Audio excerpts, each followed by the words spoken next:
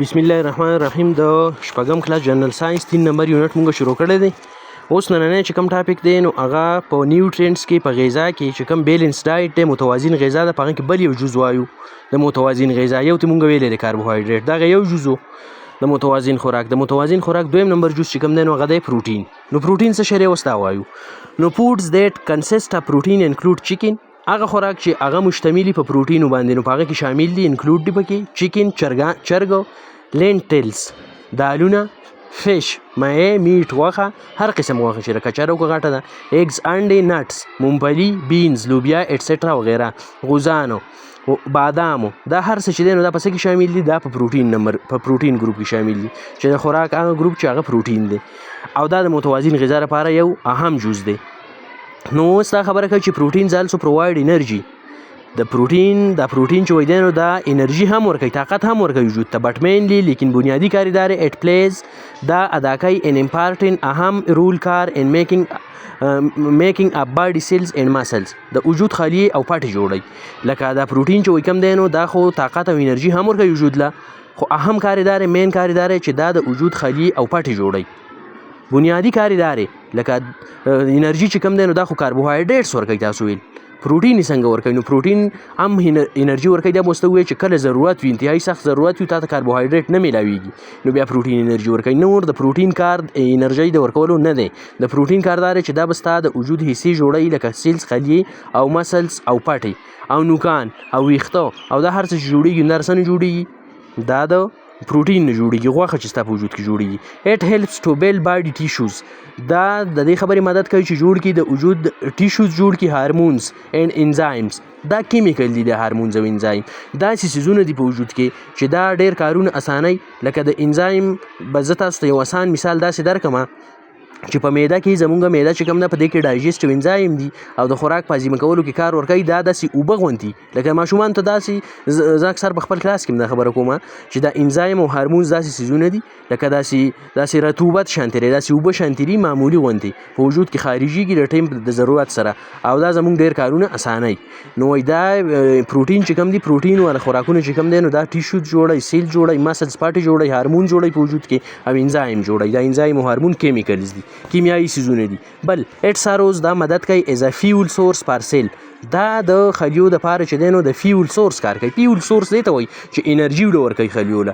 نو ګوره خبره اسانه، زه بار بیا کومه چې انرژي خو زموږ وجود ته کاربوهایډریټس ورکوي، چې کوم خوراکونه کاربوهایډریټس والا دي، خو کله کله ستا وجود ته کاربوهایډریټس میلاو نشي، خوراک درته میلاو نشي، نو بیا دا پروټین چې کوم دی نو هم دا ستا وجود له او ستا خلیو له طاقت ورکولی شي. فیول سورس مطلب دا دی چې زمونږ سیلز زمونږ خلیو له طاقت او توانایي ورکوي. ان ټیشوز وین نیډډ، او ټیشو له هم طاقت او توانایي ورکوي وین نیډډ چې کله ضرورت وي.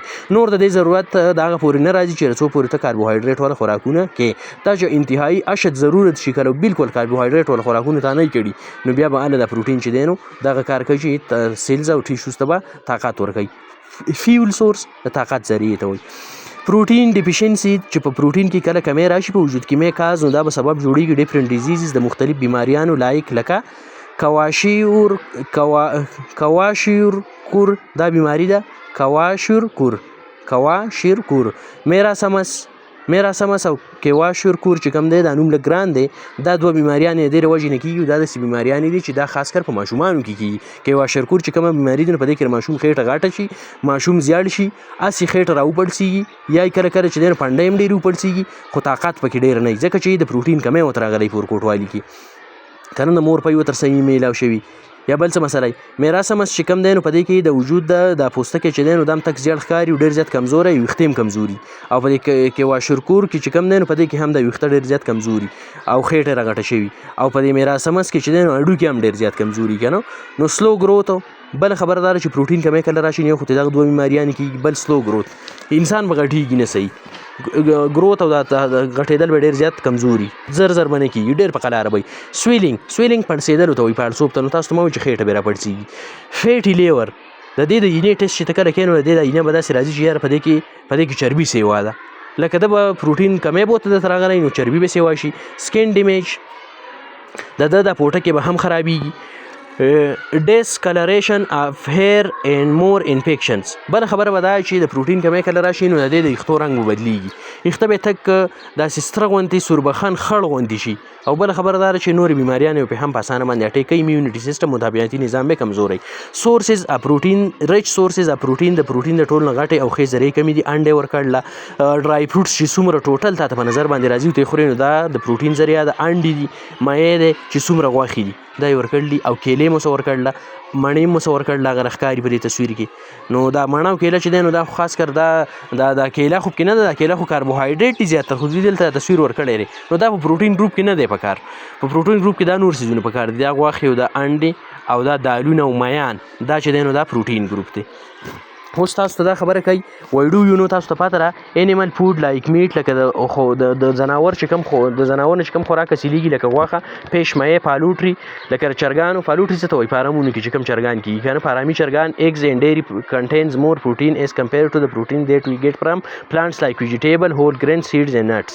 وایي د زناور نه چې کوم غوښې مونږ خورو یا مایع خورو یا چرګان خورو یا انډې خورو یا ډیری پراډکټس چې کوم دي د شودو نه چې کوم څیزونه جوړېږي، وایي په دې کې ډېر پروټین پکې د هغه چا نه چې کوم په سبزیانو کې دومره پروټین نه، یو په ویجیټیبل سبزیانې چې کمې دي په دې کې دومره دغه نه د پروټین لکه څومره چې د زناورو نه کوم څیزونه مونږ سیلو لکه انډې او غوښه او دا شی نه، په دې کې پروټین ډېري. هول ګرینز لکه ټولې اوس مونږ چڼې او دا شی نه خورو په هغه کې پروټین هم شته، خو لکه دومره پکې بیا نه دي څومره چې په غوښې کې دي.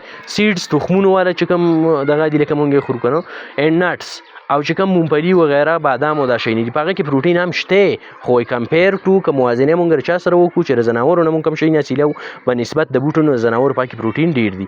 انیملز پروټین ار ګوډ فار باډي بلډینګ ایز اټ کنسسټ اف اسینشل نیوټرینټس. د زناورو نه چې کوم پروټین حاصلېږي هغه ډېر زیات ښه دي د وجود د جوړولو دپاره، ځکه چې هغه مشتمل په بنیادي او په اهمو نیوټرینټس په غذا باندې، په هغه کې غذاییت چې دی نو ډېر اهم او بنیادي. وایل پلانټس پروټین کنسسټ اف مینی اسینشل نیوټرینټ. بل طرف ته د بوټو په هغه کې هم اسینشل نیوټرینټس دي، خو دومره پکې نه چې څومره په زناور په they become more effective when used together. وای دا به ښه اثر کله کوي؟ دا به ښه اثر هله کوي چې د زناورو او د بوټو دا دواړه ته په شریکه باندې استعمال کړي. مطلب یې دا دی ډرای فروټس او دا څیزونه هم خوري، د زناورو غوښې او میان او د انډې دا هم خوري، ډېرې پراډکټس چې کوم دی نو هغه هم خوري. نو بیا به څه کېږي؟ بیا به اثر نور هم ډېر زیات ښایي چې په شریکه به ټوګیدر په شریکه استعمال شي، نو نور به هم اثر ښایي او بیا به چې دی نو ښه اثر به تا ته ښایي، وجود به ښه غټېږي، ښه طاقت ورکېږي، به صحت به ښایي. سټاپ اینډ چیک ودرېږه او دا وګوره. کین یو نیم د فود ګروپ دیټ هیو ګوډ کوالټي پروټین. وایي ته د خوراک هغه حصې ویلی شي چې په هغه کې ستا سره ښه دغه در سره دا څه ورته وایي چې هغه کې د پروټین ښه مقدار پکې کوالټي پکې که نه معیار یې ښایي، نو هغه دغه غوښې دي دا میان دي، دا خبرې به تاسو ټولې اوس بیا هم وکړئ چېرته که نه نو دغه دي. واټ وډ هیپن ټو ا چایلډ هو از ناټ ټیکنګ پروټین ان هز ډایټ. وایي د ماشوم سره به څه کېږي که هغه په خپل خوراک کې چې دی نو پروټین نه خوري، نو تا بره بیماریانې ویني کواشورکور او میراسمس، دا بیماریانې به ورته کېږي، خېټه به یې غټېږي، هډوکي به یې کمزوري کېږي، ویښته به یې کمزوري کېږي، سکن چمړه به هم کمزوري کېږي. ورپسې دوی بل ورکړی د پیټس اینډ آیل، چربي او آیلز تیل. دا اوس د خوراک بل یو نیوټرینټ دی، بل یو اجزا ده د بیلنس ډایټ، د متوازن خوراک. متوازن خوراک چې دی نو دا د یو څیز نوم نه دی، په دې کې مختلف د خوراک مختلفې حصې دي. نو ورپسې کې یو شو پیټس اینډ آیلز، چربي او تیل، د دې هم زموږ وجود ته ضرورت دی، دا په متوازن غذا لپاره ډېر اهم دی.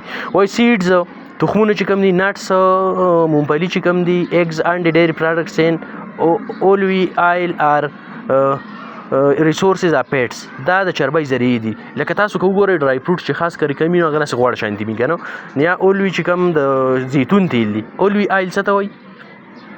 اولوي آیل چې کوم دی نو دا د زیتون تیل دي او په دا هم د خوراک لپاره ډېر زیات اهم دي. ار ریسورسز اف فیټس دا د چربۍ ذریعې دي که نه، نو چربي هم د وجود لپاره ضروري ده. فیټس and oils are the energy rich foods. دا چربي چې کومه ده، آیل چې کوم دی نو دا د طاقت د ټولو نه غټې ذریعې دي د په خوراک کې. لکه داسې خوراکونه چې ته کله کې د فیټس والا، چربۍ والا او آیل والا are the energy rich foods. دا داسې خوراکونه دي چې په دې کې انرژي ډېره. they are important for the growth of young children. دا د ځوانانو نوو ماشومانو د غټېدو دپاره ډېر زیات اهم وي، ځکه چې دا ریچ فوډز دي، د انرژي ریچ فوډ دي. انرژي ریچ فوډ مطلب دا چې په دې کې طاقت ډېر دی. فیټ کین بي سټور ان اور باډي اینډ کیپ and it keeps our body warm.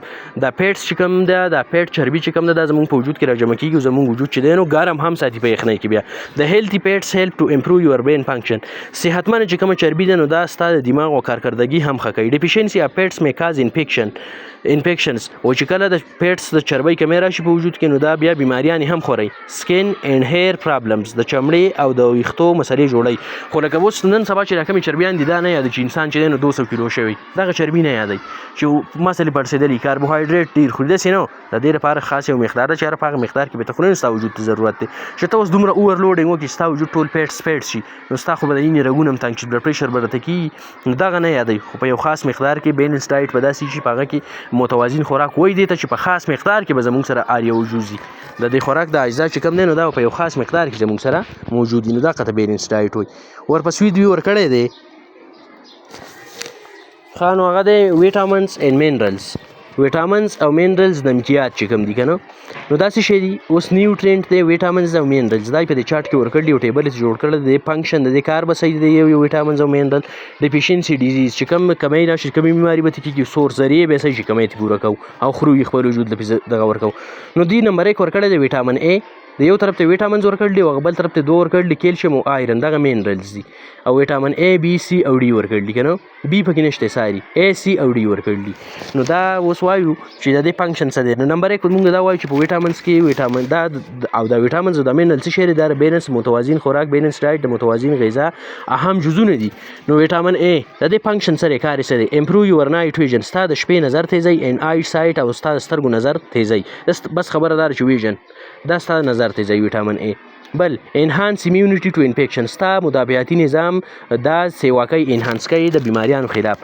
ډیفیشنسي ډیزیز که کله په دې کې کمی راشي نو څه بیماریانې به ترې کېږي لاز اف ویژن آر پور ویژن یا خو به ستا نظر مکمل ختم شي لاز به وشي آر پور ویژن یا به د نظر انتهایی کمزوری شي او صحیح کار به نه کوي. سورس یې سره د دې ذریعې سري چې دا ویټامن ای ته موږ حاصلولی شو ویجیټیبل سبزیان دي فروټس میوې دي ایګ یاک د انډې زیړ اینډ بټر او چې کم کوچ دي د دې په دې نه چې دی نو تا ته ویټامن ای حاصلولی شي ته او اخیستی شي د خپل وجود لی ورکولی شي. ویټامن سی چې کوم دی ګوډ فار سکن دا ښه دی د چمړۍ لپاره فنکشن یې دا دی هیلپس ټو هیل د دې کار بل دا چې دا زخمونه په اسانه باندې ښه کوي. اټ کویکلی اپیټس ډیمیج که چېرته څه ځګۍ خراب شي نو هغه زر په اسانه باندې روغوي ویټامن سی کار دا دی. بل ډیفیشنسي ډیزیز که دا چېرته خراب شي دا چېرته کمی د دې راشي نو څه خرابي به د دې په وجود کې راځي بیماري. سکاوري دیټ کاز بلیډینګ ګمز سکاوري دې ته وایي چې ستا دا وری دا وپړسېږي سکاوري او بل څه وشي د دې نه بلیډینګ کېږي ګمز ورو ته وایي اونډ زخمونه ټیک لانګر ټایم ټو هیل دا به ډېر زیات وخت اخلي چې بیا روغېږي چې ویټامن سی کمی کله. د دې سورس ستري ذریعې سیټرس فروټس کوم هغه خوراکونه چې هغې تریوالی پکې هغه سیټرس فروټ وایي اینډ ویجیټیبلز او سبزیانې لایک اورنج لکه مالټا مینګو ام لیمن لیمو کیبیج او بند ګوپي او پوټیټو الو دا ذریعې دې ورکړلي چې دا د ویټامن سی ذریعې دي.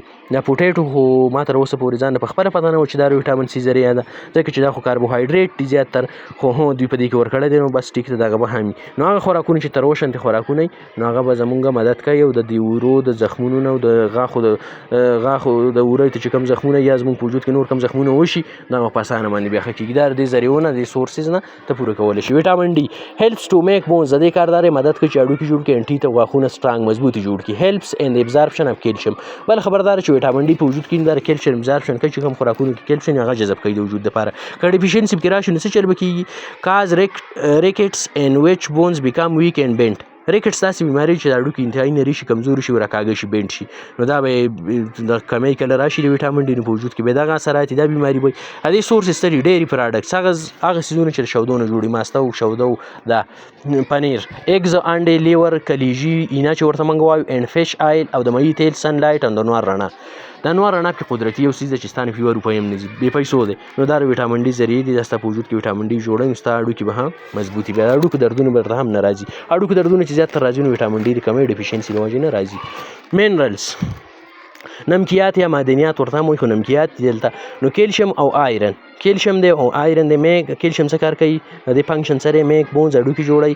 انیمل اف ټیت دا د غاښونو کور جوړوي. کلاټینګ اف بلډ اینډ کنټرولز مسل کنټریکشن. بله خبره دا کوي چې کوم ځای نه کې اینه زخم وشي نو هغه کې کلاټینګ وشي هغه جام شي نه دا په دغه کې کار ورکوي. او بل مسل اینډ کنټرول مسل کنټریکشن.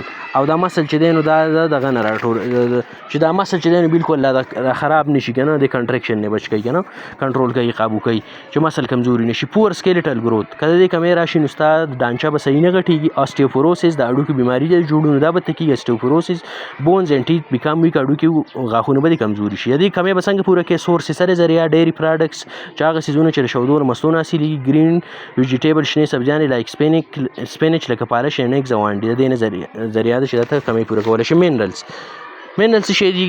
دغه منرل کې یو کیلشیم شو بل دی آیرن. ګوډ آیرن ورکړی دی که نه. آیرن څه شی دی؟ ګوډ فار د فارمیشن اف هیموګلوبین ټرانسپورټ اکسیجن ان د بلډ.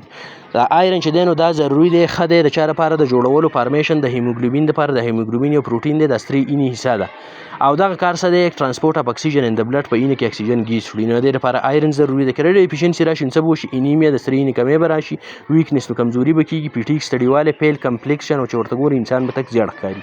کمپلیکشن مطلب دا دی چې پیل کمپلیکشن پیل رزلټ وي. کمپلیکشن هغه ښکاره کېدو ته وایي چې مخامخ یو انسان ته ښکاري. نو دا چې دی نو هغه مسالې شو. ډیفیشنسي کله په آیرن کمی راشي ستا په وجود کې نو دا به ته کېږي. انیمیا به ته کېږي. دا کمزوروالی او زیړ رنګ به دي.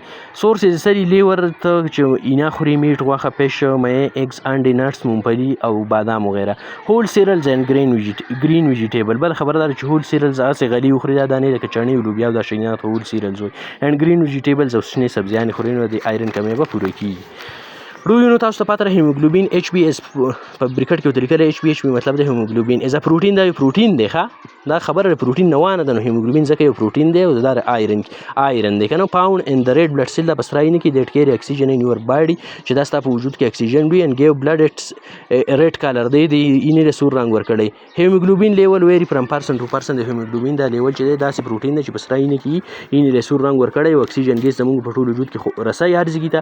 نو دا د یو انسان نه بل انسان پورې منحصره ده. په یو انسان کې به یو شانتي هیموګلوبین لیولي مقدار به په بل انسان کې به هیموګلوبین لیول او مقدار بل شانتي. امید ده تاسو په دې ټاپک باندې پوه شوي یئ. تاسو که ستاسو څه قسم سوال تاسو زما نه کولی شئ خو مهرباني وکړئ تاسو زما چینل سبسکرایب کړئ او دا راته وایئ چې په ویډیو نه تاسو پیدا اخلئ که نه او د خپلو ملګرو سره هم شیر کړئ.